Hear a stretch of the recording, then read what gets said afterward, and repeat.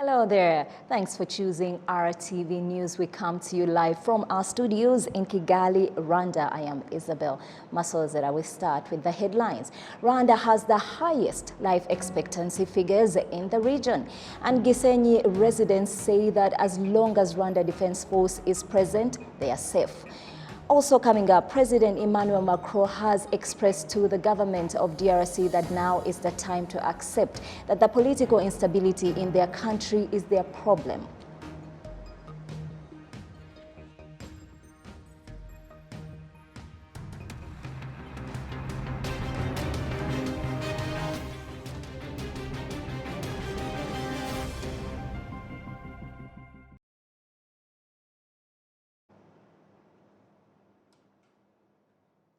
Thanks for choosing RTV News. Now bring you the news in detail. Starting with Rwanda has the highest life expectancy figures in the region. Now some of the Rwandans credit that to good governance, and that is the rising life expectancy, which is now standing at 70 years. Olive Ntete has the details. Sebagabo Simon is an 81-year-old man who loves to read books and write. The fact that Rwandans' life expectancy is increasing, he says that it is due to various reasons, including good governance that has become a culture in Rwanda.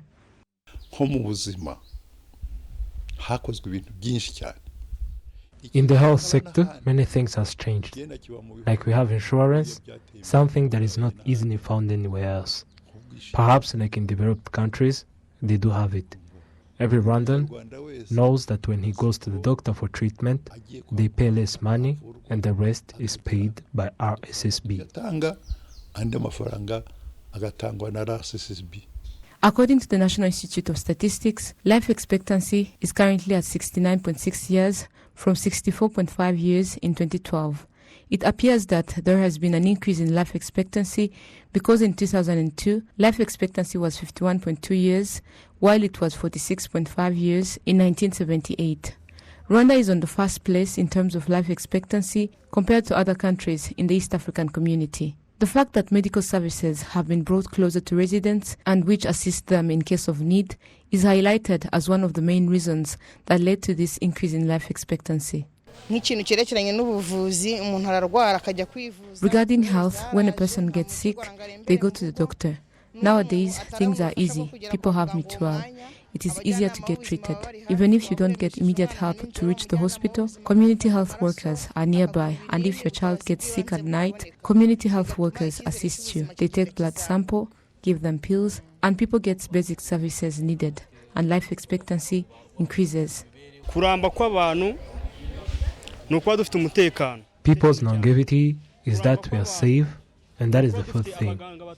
People's longevity is that we have doctors to look after us. People's longevity is that we have good governance. Professor Muhoza Ndaruhuye Dieudonné, a professor at the university and an expert on human reproduction, also reiterates on the reasons why people's longevity is increasing.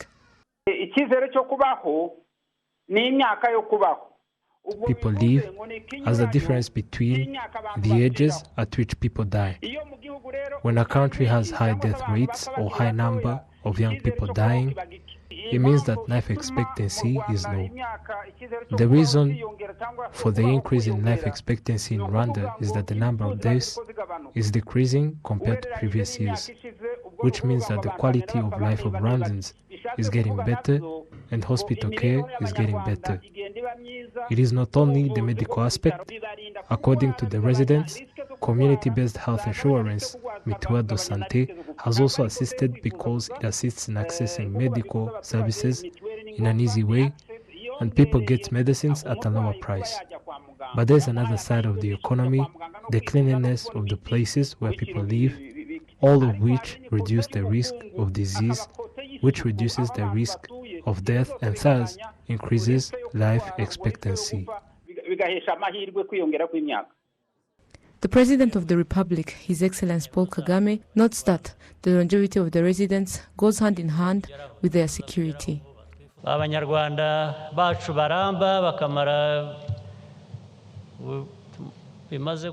Rwandans live for a long period of time, and currently it is at 69 years, as we are talking about it. The wish is to always see them living in security. The security I'm talking about is security of people and things.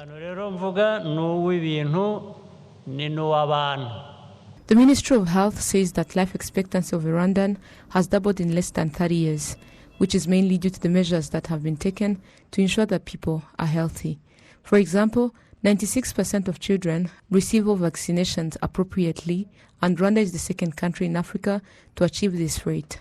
In the last 5 years, people that used to suffer from malaria were 5 million, but nowadays there are about 800,000 people. 70% of them are treated by community health workers without going to the hospital, and this has reduced malaria by 81%. Maternal mortality has dropped by 80%, and child mortality by 60%. Olive Nete, RTV News. Thank you, Olive. Now moving on, Gisenyi sector residents say that as long as Rwanda Defense Force is present, they feel safe. They reiterated this yesterday evening after a FARDC soldier crossed over from DRC to Rwanda and shot at the Rwanda Defense Force, prompting them to return fire, shooting dead a FARDC soldier on the Rwandan side. A death that made the regional verification mechanism start an investigation on this matter. At noon, the expanded joint verification mechanisms arrived in Bugoyisel in Gisenyi sector at the common border between Grand Barrier and Petite Barrier, where an FARDC soldier was shot dead yesterday. The Rwanda Defense Force explained to this team how this soldier crossed over to Rwanda, shooting at the Rwanda Defense Force protecting the border. In defense and protection of the country's sovereignty, the Rwanda Defense Force shot dead the soldier, but several other FARDC soldiers continued firing at the Rwanda Defense Force position, resulting in a brief exchange of fire for a short while, and the situation was calm as the Rwanda Defense Force announcement stated. The FARDC soldier was shot dead on the Rwandan side near the Rwanda Defense Force watchtower. The body of the dead soldier was taken to the Gisenyi Hospital mortuary, as none on the DRC side was there to collect the deceased's body. This exchange of fire distracted two houses of residents. The owners say that fortunately none of them was in the house, otherwise it would have been bad. It is a bomb that was thrown on the house and busted in the roof and destroyed the roof and fell into the room, and luckily no one was inside, otherwise it would have been bad considering how destructive it was. Residents say that they are not afraid. They trust the Rwanda Defense Force for their safety and they are continuing with their activities as usual. It's safe. It happened, but we are fine doing our jobs. We are safe. The borders are protected. We are all in our jobs.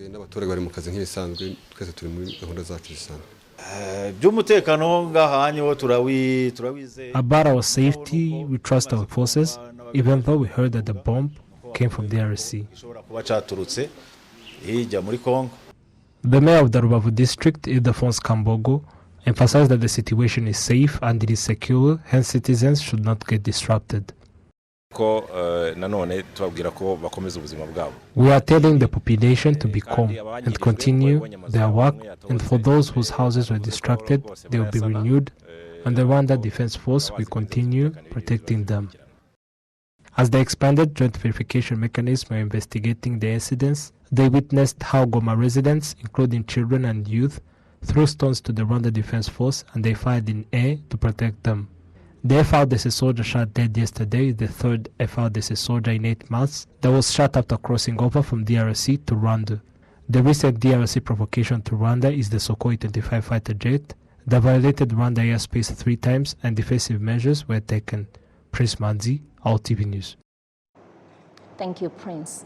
President Emmanuel Macron has expressed to the government of DRC that now is the time to accept that the political instability in their country is their problem in order to solve the problem with sustainable solutions rather than playing the blame game. President Macron revealed this to President Felix Tshisekedi. He also further said that the current problems of the DRC go back to 1994. The president of France made the remarks at a press conference in Kinshasa while visiting various African countries. It was his third day in 5 days he is expecting to spend in Africa. Upon arrival in DRC's Kinshasa, President Emmanuel Macron and his counterpart Felix Tshisekedi held a press conference that tackled the insecurities in DRC and the non-stop misunderstandings on the basis of these insecurities. The President of France, Emmanuel Macron, shared his views on these. Nous accompagnons le processus de médiation régionale, mais au moment où, pour la première fois depuis des mois, alors que jusqu'alors ces processus avaient été mis en échec par des stating that there are militias that attacked you. Yes, it is true, but consists of Congolese. We all know you were not attacked by a foreign nation. Yes, these militias are supported by other foreign nations, but we cannot skip the fact that they are composed of your citizens. That is the truth. We agree with the measurements taken by the region, but months back, these measurements were disrupted, including preventing the cross-border documentations to M23 soldiers to avoid their movement. But now it was done. They went in Rwanda. We're expecting some resolutions on Tuesday. I align with the measurements taken by this region. I believe that there's no other measurement other than this. qui me paraît sérieux, crédible et qui engage toutes les forces de la région. Parce que je n'ai pas trouvé de solution plus intelligente et plus crédible. The President of France told the Congolese that the time is now for them to understand the current problems they have are theirs, no other culprit outside, as they are used to say. Hence, they should solve this issue starting from the root cause. Et depuis 1994, ce n'est pas la faute de la France, pardon de le dire dans des termes aussi crus, vous n'avez pas été capable de restaurer la souveraineté. Since 1994, it is not France's fault. Allow me to spill the truth. You have never been able to restore the sovereignty of your country, be it in military, security, and administrative pillars. This is the truth. You should not look for the culprits outside. This is what led to wars that took away millions of people, but here lies an issue of taking responsibility. It is not for France to do so. You have the responsibility to provide justice. Those who played part in massacres should be held accountable because currently they are free and have spots in leadership levels. How can you achieve sustainable peace in a country that does not provide justice? Do not accuse France your own problems. Yes, what happened 30 years ago was not appropriate. We accept the historical truth, but we are not carrying the whole burden. If we are speaking the truth, let's do it frankly. We accept our role in this, but also the DRCs as well as the region. Build a strong military, restore security and leadership across the country, provide justice to avoid criminals, as some are out here without fearing anything. Construisez la sécurité et le retour de l'État partout sur le territoire. Faites passer la justice transitionnelle pour que vous n'ayez pas des coupables et des criminels de guerre encore en responsabilité ou sur le terrain. The French President Emmanuel Macron arrived in Kinshasa after his visit in the Republic of Congo, Angola and Gabon, a trip which is meant to boost Africa-France relations. Prince Manzi, RwandaTV News. In more news, members of the Genocide Survivors Organization that brings together former university students say that they are proud after surviving the 1994 genocide against the Tutsi, and they continue to work together in order for them to help build a safe and united as well as progressive country. Take a look. Members of the Genocide Survivors Organization say that surviving has great value and appreciate those who contributed and those who sacrificed a lot for the rebuilding process. None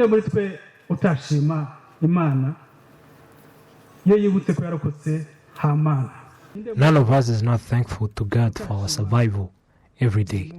We can't forget how Inkotanyi saved us before it was too late. No one is not grateful for the President Paul Kagame who liberated the country and stopped the genocide. In an interview about leaving to bring about change, Pastor Antoine Rutaisire from the Anglican Church of Rwanda told the members of the Genocide Survivors Organization that the opportunity they have been given should not be wasted, especially the survivors of the 1994 genocide against the Tutsi.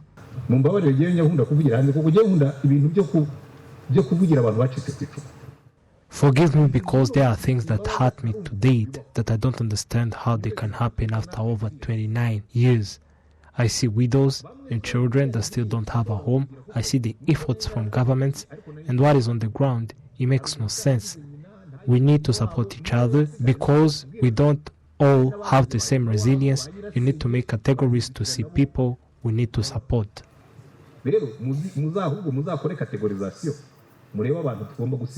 The Minister of National Unity and Civic Engagement noted that the Genocide Survivors Organization is a partner of the state, hence efforts directed towards improving the lives of genocide survivors. However, he believes that more still needs to be done.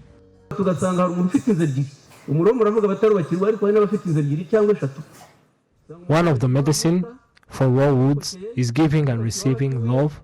I ask young people who are not yet married to choose love, to choose not to give headache to the person you choose to love, because it is like a person who was injured and has a scar where anything can harm it.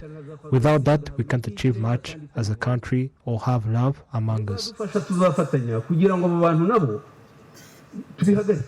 The work of the Genocide Survivors Organization Turashima coincided with the celebration of its 20th anniversary.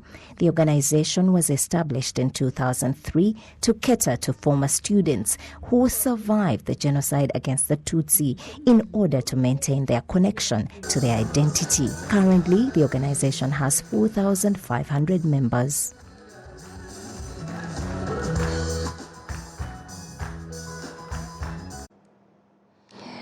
You're still watching RwandaTV News. In Kigali on Saturday, the 4-day International Festival for French Authors that was taking place at the French Institute was concluded. It is the second of its kind and attracted various famous French authors from around the world, as well as different authors from Rwanda, including Beata Umubyeyi, who won the Francophonie 2020 award.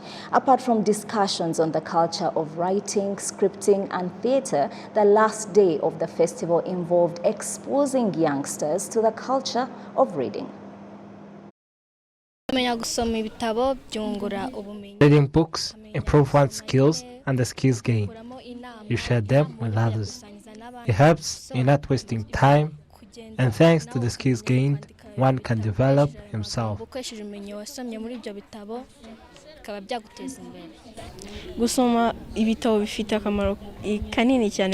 Reading books plays a big role in our lives because it helps us to understand things on an international scale, and it helps us to be confident, it helps us to improve our skills, and it helps in our future lives.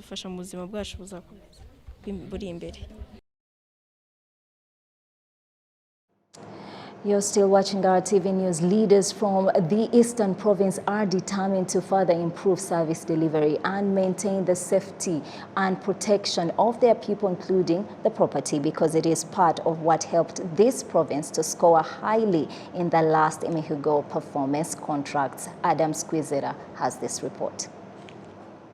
Some of the factors that have created insecurity and hindered the development of the Eastern Province include smuggling, illegal drug trade, and violence. However, some residents of this province point out their contribution in maintaining security. Like those who live near the border of Uganda, they have some illegal drugs which we abandoned, as by now its trade was reduced at a very high level.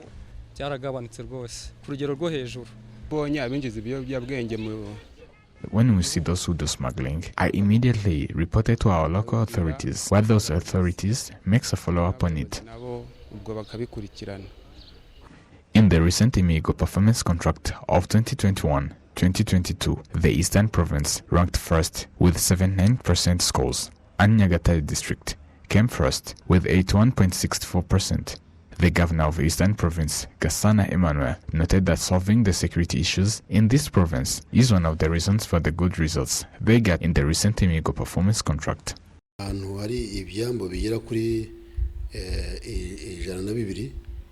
We have some places where there are over 120 ports lake. In those places, we established a border security body who were over 605. As by now, we agreed with the local authorities to increase the guards in order to strengthen the security on the borders. Plus to that, local authorities signed security contracts with their residents so that everyone should be aware of his or her role in fighting cross-border crimes. The governor of Eastern Province also emphasized that the province will continue to strengthen better service delivery to their residents. Adam Squizera, RTV News.